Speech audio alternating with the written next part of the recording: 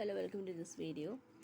இன்று நான் சில குறிப்புகளை ஜபத்தோடு காலை நேரம் ஜபத்தை குறித்து கூறுகிறேன். அது ஆசீர்வாதமாக இருக்கும். முதலாவது, துதி பாடல்களை பாடுங்கள். துதி பாடல்களை பாடுவோமாக. காலையில் துதி பாடுவது நல்லது. தாவீதின் பல பாடல்கள் அதிகாலையில் எழுதினவைகள்தான். அவர் அதிகாலையில் தேவனை புகழ்ந்து பாடுவதற்கென்றே பாடகரை நியமித்து வைத்தான். தாவீது எழுந்தவுடன் தனது இசைக்கருவிகளை மீட்டி பாடல் பாடுவது வழக்கம்.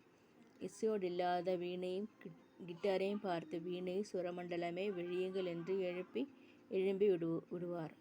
பறவைகள் பாட்டொலியில் நமது கீதங்களும் சேரட்டும். நம் காலையில் எழுதும் கிள்ளிகள் சத்தம் கேட்கும். பாட்டு அந்த டைமில் நம்ம பாடலாம். துதி பாடல்கள் காலையில் எழுந்து பாடலாம். முன்னவே நான் அதெல்லாம் செஞ்சுட்டு இருந்தேன். செய்ய வேண்டும். விசுவாச வார்த்தைகளை சொல்லுங்கள். விசுவாசத்திற்கான வார்த்தைகளை பேசுங்கள், சொல்லுங்கள். உங்கள் விசுவாசத்தை கிளறிவிடும் வார்த்தைகளை சொல்லுங்கள். கர்த்தர் உண்டு பண்ணின இந்த நாளில் நான் மகிழ்வேன். அவர் புது கிருபை என்னை மூடுகிறது. கிறிஸ்துவ நானும் ஒன்றாயிருக்கிறோம். என்னை பலப்படுத்த கிறிஸ்துவனால் எல்லாவற்றையும் செய்ய பலன் உண்டு. நான் வின் பண்ணுவேன். நான் ஜெயிப்பேன். நான் முன்னேறுவேன். நான் பிறரை நேசிப்பேன். இப்படியாக ஒரு விசுவாச வார்த்தைகள் சொல்லும் பொழுது நமக்கு விசுவாசம் அதிகரிக்கும். விசுவாச வசனங்களை வாய் விட்டு அறிக்கையிடுங்கள்.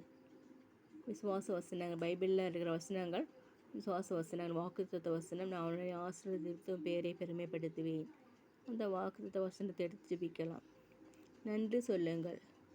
இரவெல்லாம் காத்தவருக்கு நன்றி சொல்லுங்கள். பயங்கரத்துக்கு தப்பு வைத்தீரே, அதற்காக நன்றி.